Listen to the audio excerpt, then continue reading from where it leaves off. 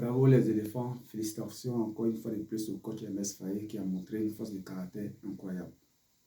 Alors, je disais tantôt que je me suis donné pour mission de décrypter des entraîneurs de qualité. Aujourd'hui, la Côte d'Ivoire a la chance d'avoir un très grand entraîneur. Pourquoi j'ai dit? Excusez-moi encore, chers amis, chers frères, je n'ai pas les matériels adéquats pour essayer de démontrer le schéma tactique de l'entraîneur et vous les présenter aussitôt. Mais c'est des choses qui vont s'améliorer avec le temps. Et je sortirai un tableau pour essayer de faire la démonstration de l'évolution des éléphants avec les séquences. C'est MS Faye, c'est la force silencieuse. Pourquoi je dis c'est la force silencieuse? C'est la force silencieuse qui vous permet de tout de suite montrer qui vous êtes. C'est une force qui vous permet de dire « je suis le meilleur ».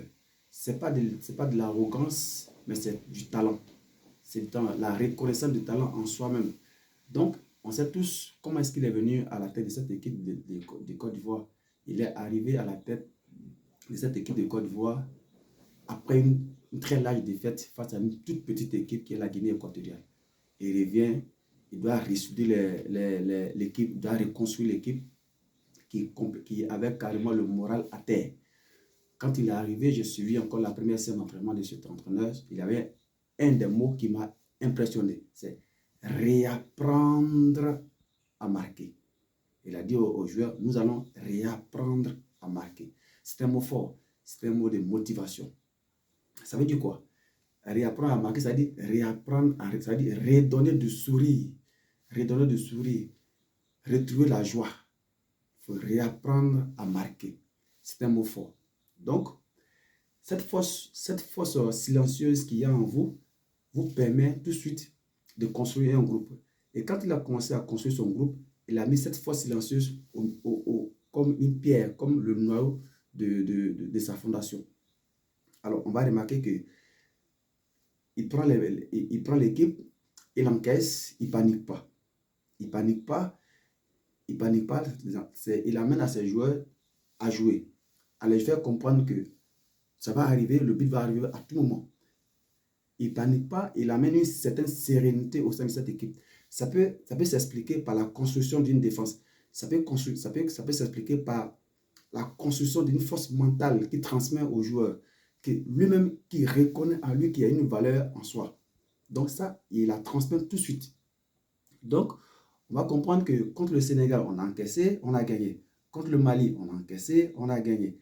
Contre le Nigeria, en finale, contre le Congo, on n'a pas encaissé, mais on a gagné. Contre le Nigeria, en finale, on a encaissé, mais on a gagné. C'est une force silencieuse. Tout de suite, quand il a réussi à transmettre cette force à ses joueurs, ils n'ont pas besoin de parler, ils n'ont pas besoin de communiquer.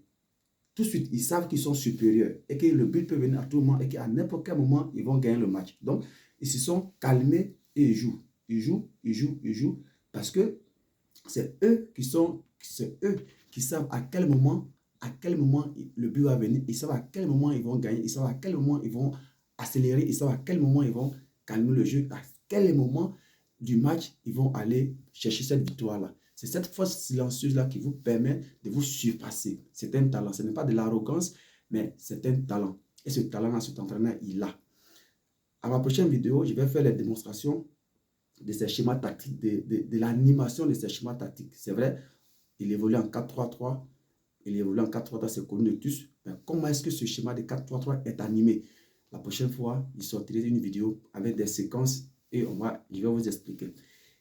Il y a lui, l'entraîneur de Côte d'Ivoire, MS Faye, et l'entraîneur du Maroc qui ont presque les mêmes choses. C'est-à-dire, ce sont des entraîneurs qui gagnent, mais sont critiqués dans leur pays. Ils gagnent, mais sont critiqués. Pourquoi ils sont critiqués? Parce que le peuple est émotif.